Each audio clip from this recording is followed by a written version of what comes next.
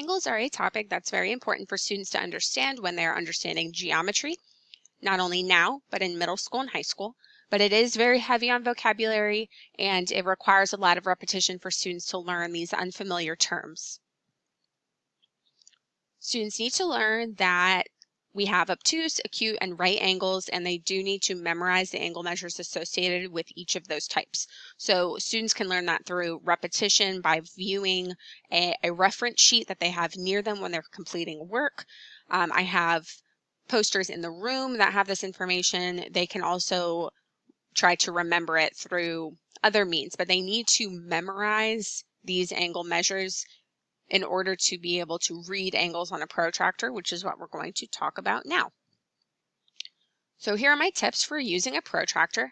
Students need to line the bottom line of the protractor up with the bottom line of the angle. So if the angle isn't oriented the same way as the protractor, then they might need to turn the protractor or turn their paper. Most protractors have a plus sign or a small circle, like a little window at the bottom, where 90 degrees and 180 degrees meet. And so they will need to line up the vertex of the angle so that it appears in that window, and the vertex is where both lines of the angle meet. So I have an angle here and a protractor. So it's important for students to look at the angle before they put the protractor on there, and I will describe why that is in a second.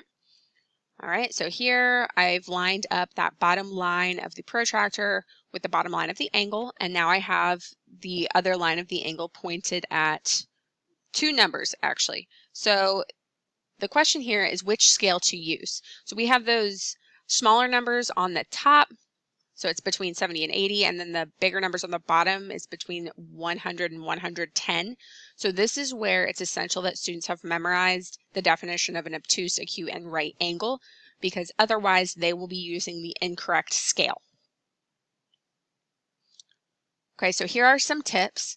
So you're going to want to get your student into a pattern of defending their answer or justifying their answer, which means that you kind of want to ask these questions regardless of whether or not they're correct, and not just ask them these questions when they're wrong.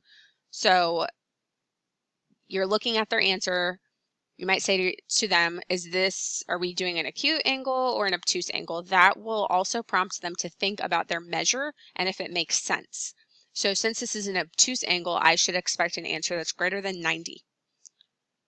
You could also ask any of the next three questions. They are very similar in meaning. It just depends on what makes the most sense to your child and what elicits their reasoning in the best way. So they might say, okay, this is an obtuse angle, and then you could say, all right, so what angle measure do obtuse angles have? And then they might tell you, and then you could review whether their answer was right or wrong. But asking them those types of questions gives them a chance to reason and justify their answer, which gives them more ownership over their learning. So some common errors here. They might say it's 73 degrees. That would mean they're looking at the wrong scale. You need to prompt them to think about, is it obtuse or acute, and what does that mean?